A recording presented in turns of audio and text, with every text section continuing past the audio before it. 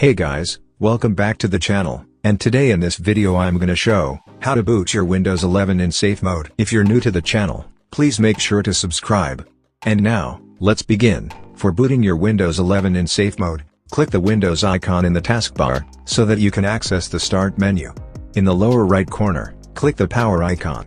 Now, hold down the Shift key on your keyboard, and hit the Restart option. Windows will reboot into a blue screen after shutting down.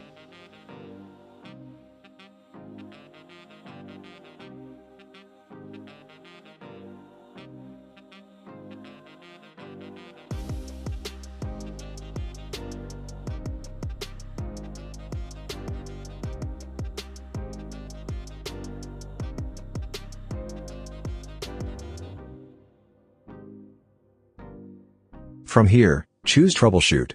Then select Advanced Options in Troubleshoot. Select Startup Settings from the Advanced Options menu.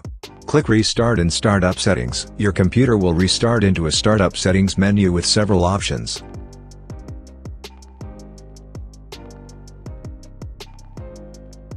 Now from here, you can choose different startup options. To enter safe mode, press the 4 key on your keyboard.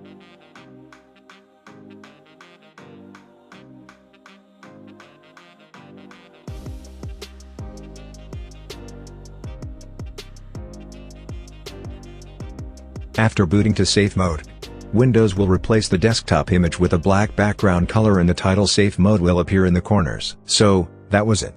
Hope it was useful. Consider like for the video, subscribe to the channel, and if you have any questions, just comment down below.